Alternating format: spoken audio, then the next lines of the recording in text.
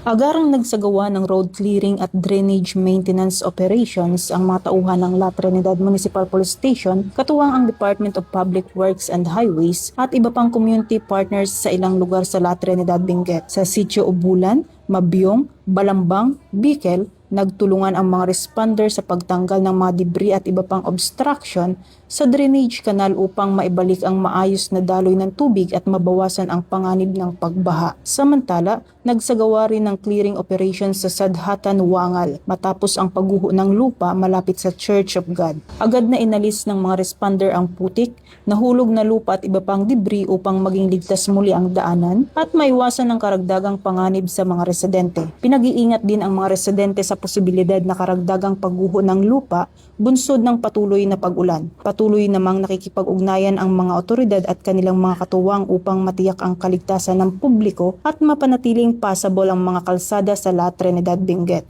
Mula dito sa National Headquarters ng Philippine National Police, ako po si Patrolwoman Dara Falogme. Nagbabalita para sa Police News Network, alagad ng batas, tagataguyod ng balitang pulis, bagong PNP para sa bagong Pilipinas, serbisyong mabilis, tapat at nararamdaman.